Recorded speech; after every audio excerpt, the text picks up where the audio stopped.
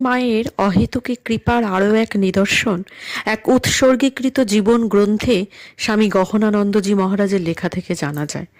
শিলংয়ে একটি লোক ছিলেন, তার নাম পঞ্চানন। তিনি শ্রী শ্রী মায়ের খুব ভক্ত ছিলেন।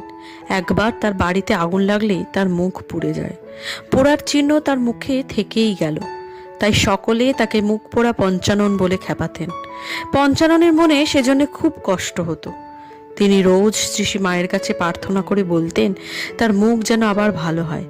একদিন একটি পুকুরে তিনি স্নান করতে নেমেছেন। ডুব দিচ্ছেন আর বলছেন, মা, আমার এই মুখটি ঠিক করে দাও, না হলে কাউকে দেখাবো না এই মুখ।